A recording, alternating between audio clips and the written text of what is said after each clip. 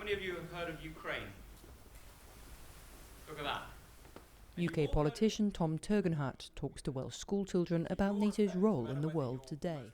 What is NATO's role in helping Ukraine defend itself?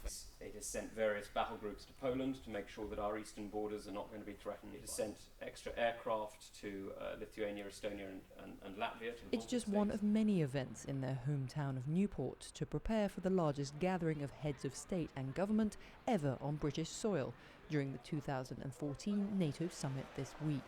From a festival with NATO-themed food to protests for peace, what the alliance does and why it should matter has been a hot topic.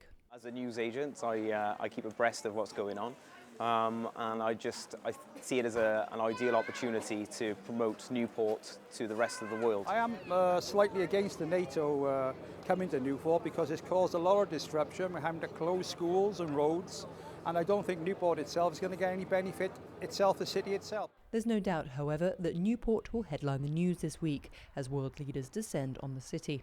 Recent conflicts in Ukraine and the Middle East have sharply pulled into focus the need and relevance for an international alliance like NATO, even as the mission in Afghanistan comes to an end this year. I think it's useful to look at a map, and I think it's not an exaggeration to say that right now NATO and EU countries are a sort of island of stability in what is a very, very unstable region. When half a year ago, it was decided that Britain would actually take the summit, everybody expected a relatively standard kind of, meeting, and then all of a sudden everything changed.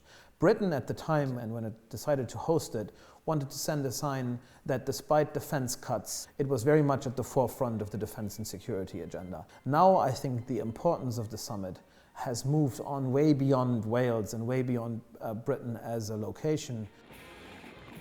Whether in favour or against the alliance, the summit has sparked debate and discussion on NATO's mission and the global threats NATO nations face. When you speak to people in the street, they are aware of what's going on and they want to have an input and they want people to listen.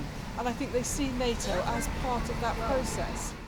There was a time, I think, when people thought that there would be peace in the world in the early 1990s. We know that's not the case. There remains conflict, and of course that's why NATO is so important, to make sure that countries are able to work together to defend themselves, but also of course to promote peace around the world. People kind of they don't really know where they stand because NATO is such like a big topic, so they kind of say they don't like the way that certain countries are involved in other countries. They'd rather no more wars at all. It's just great because it means these people are thinking. It's when people don't think that's the problem. The ongoing crisis in Ukraine will be one of the topics discussed at the summit this week. Ruth Owen in Newport for the NATO Channel.